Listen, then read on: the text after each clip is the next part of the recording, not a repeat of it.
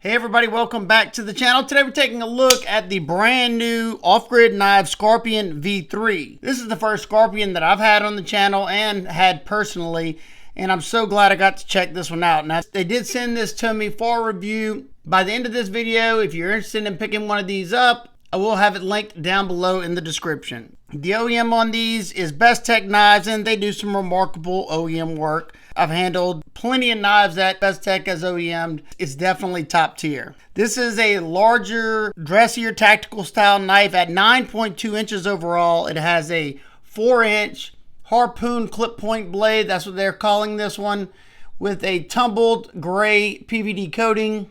Nice little top wedge for some flair and some very effective jimping here. You got a little ramp right there. If you choke back, or if you come up right here, your thumb's not going anywhere. It does a fantastic job. You have a needle-like tip there, great for piercing. And being that this tip is in line with the center of the scales, you can use it fairly easy to do a drag cut. And you're gonna have just the right amount of belly to cut on a flat cutting surface. So this is gonna be a very versatile blade shape. The blade steel on this is CPM Magnacut steel, and they have it listed as hardened to 62 HRC. And of course, I would have loved it to be 63 to 64. That maximizes your edge retention. But I've tested quite a few at the 62 range, and most of them, not all of them, most of them did really, really well. You have a pretty well executed sharpening choil. You can see the plunge grind comes down right here at the tip of this. So you're gonna have several sharpenings before it'll start to widen up. Of course, you know, would I want it to be a little bit higher up? Maybe. I mean, that would always be nice, but I'm good with this as long as I got some sharpenings before I have to worry about opening that myself. Off-grid knives, they like to make versatile and tough, somewhat tactical blades. I'm not always a tactical fan, but when it's like this, where it has some classic lines to it as well, then yeah, I definitely like that. You have pretty beefy stock at 4 millimeters or 0.157 or 5/32 inches thick. So pretty darn thick. And at first I thought this was a flat grind. It kind of, you know, at first glance it looks like it, but I put a ruler to it. Definitely had some light shining through at the bottom. So it looks like there's a shallow hollow on here, and that would kind of make a little bit of sense because you don't have a super high grind height there. But they managed to get this one down to around 13 thousandths behind the edge. Now, I don't know if it's going to focus on this or not, but if you look right here where that plunge grind comes down, you can see how thin it is right there by that edge. Nice and thin, so as long as this one has a nice sharp edge, this one should be a slicing machine, and I think it's time to find out.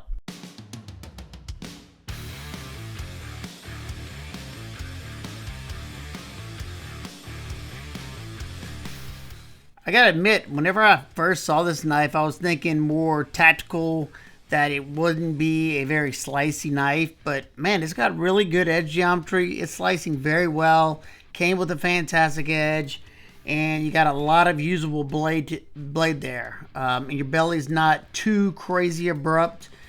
It's very gradual up to that tip, and even though it's a little above the center line of the pivot, should still be a fairly versatile blade shape. Not to mention, you know, you have a lot of piercing power, and yeah, the Magnacut on here, I was really interested to see, you know, a lot of the Magnacut that I've tested that's listed as like 61 to 62 doesn't seem to hold up that well. I usually notice about the time I get to the last portion of the test that portion is starting to dull out, and I'm interested to see here. So, you know, if it goes past that section, it still feels nice and sharp, still performing good. I would venture to say it's probably above 62, closer to 63, but no way. I would have to get it tested for me to know for sure. But you know, very comfortable too here. Ergo's good. Nothing was really bothering me. I was locked in, probably as comfortable as flat scales can be on a knife. Of course, this belly is really going to make cutting on a flat cutting surface a lot easier than without the belly. And it was slicing very well. It had a good bit of bite to it. Definitely the type of edge I would like to see whenever I'm doing this portion of my test. And it got through, even with the hard glue spots, it got through it very well.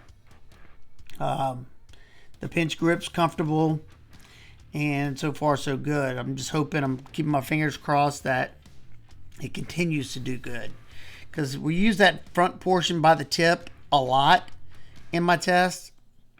That's the portion that, you know, most people use there a lot. Like if I sharpen people's knives, when I used to sharpen people's knives, I would feel the edges in about the first inch from the tip, or inch and a half was always the dullest.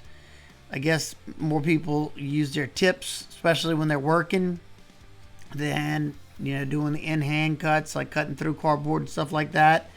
I cut a lot of cardboard just because we get a metric ton of boxes each month, either from my packages or my wife's packages or my daughter's packages, my dog ordered stuff. Nah, but yeah, I break down a lot of cardboard, but all these tests that I do in here are things that I've done in my life, and just trying to get a good feel on how the knife is going to perform in different things. You know, each one of these things is set up for a purpose. Those denser materials cause a lot of friction. I want to see if this coating is going to cause any friction whenever I'm going through everything, and I thought it did great. The edge still feels great. Did not feel like it fell off at all, and that's a big win for me. So overall, love this one. It performed awesome. I'm curious, see how the edge is. I mean, it's definitely not going to be as sharp as it was when I got it, but yeah. Sure, it has some, it has a couple of little small hang-ups, but that's to be expected. Definitely, in my opinion. Look at, right there, there's one hang-up there. So there's might be 2 or 3 hang-ups. Yeah. You can feel one right there and one right here. So not bad at all. I can definitely strap that back to probably hair shaving sharp. Now let's take a look at the deployment action of this one. This is a flipper only knife. You have a well executed flipper tab. It's right there in the front of the pivot, and you got some nice grippy jimping there. You can do a light switch. This thing comes rocketing out, and it's riding on cage ceramic bearings, giving it a very, very smooth action. It keeps getting smoother and smoother every time I carry it and use it. You can do a push button if you like. It's going to come out faster, but I find it to be more comfortable, being that it comes up somewhat of a point, even though it's rounded. I find that the light switch still comes out fast enough for me, and it's nice and reliable. Yeah, it's getting more and more smooth every single day. It definitely has a very well dialed detent. Push button, as you can see, that definitely does rock it out. All right, now let's close it up and take a look at the handle area. So you have a titanium frame, flat titanium, carbon fiber inlays on both sides, kind of like a golf ball dimpled pivot there. Torx T8, look how crisp those fasteners are. You have like a gray tumbled titanium finish, and the carbon fiber inlays, I don't see any crazy gaps, just a bevel going all the way around. Torx T8 for your body screws here. No gaps on this one, no voids. And you can see you have your filler tab for your reverse carry, and it looks like your only T6 are going to be these clip screws. You have a geared pattern to about right here. It's not super aggressive, thankfully. You can definitely feel it, but I did not really notice that when I was cutting. And you got a small chamfer going all the way around, and you can see, hopefully, I'm guessing when they tumbled it, it knocks off this corner. So this is not sharp at all. I love to see that. Same on this side. The chamfer is a little bit deeper here. Then it kind of goes skinny, deeper. It's visually appealing in my opinion. And your backspacer goes up about 3/4 of the way. You have a tip up deep carry pocket clip that is reversible like we just said. You got enough ramp to fit all my jeans for sure. And these aren't super thick or anything. The lip on my pocket right here, that's about the normal thickness of all mine. And it goes over it nicely. and it does a decent job of hugging the side, but you do have a flipper tab sticking out right here, so if you put your phone in there, it's definitely going to be rubbing against there. And as you can see, it completely disappears in the pocket. You don't hear me saying this often, but I do think they could have put a little bit more tension on this pocket clip, just because whenever I wear my thin, lightweight shorts, you know, you're on the smooth surface like this, and it did slide around a little bit. Not so much in my jeans, but a lot of clips do that in my thin, lightweight shorts, so it's not a huge deal, I don't think.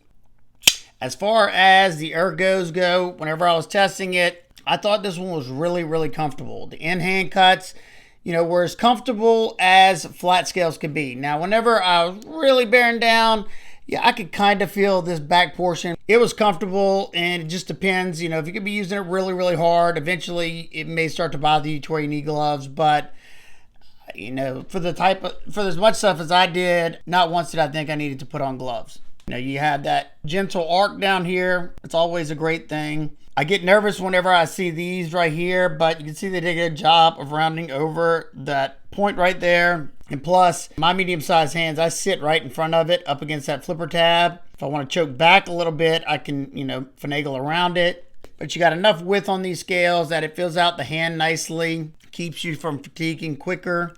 This grip is nice as long as you kind of choke back a little bit so you're not getting jabbed by the flipper tab. And then your reverse grip is also good because you got a nice flat spot to rest your thumb and a flipper tab to kind of stop you from riding up on that blade.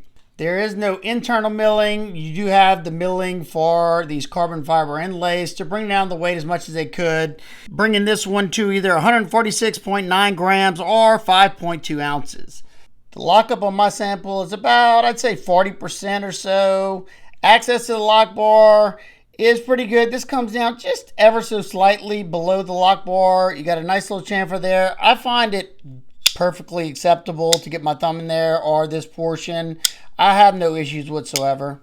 As far as the lockup, yeah, just like every single off-grid I've ever checked, bank vault, this thing has absolutely no movement in any direction. Exactly what I like to see. Now time for some size comparisons. As you can see here, it's smaller than both the off-grid knives Cayman XL and the off-grid knives Stinger XL. And it's very similar in length to the Cold Steel AD10, and it's just a little bigger than the Ontario Rat Model 1. Lastly, it's very similar in overall length to the Spyderco Endura 4 and the Kumbu XL Pulsar.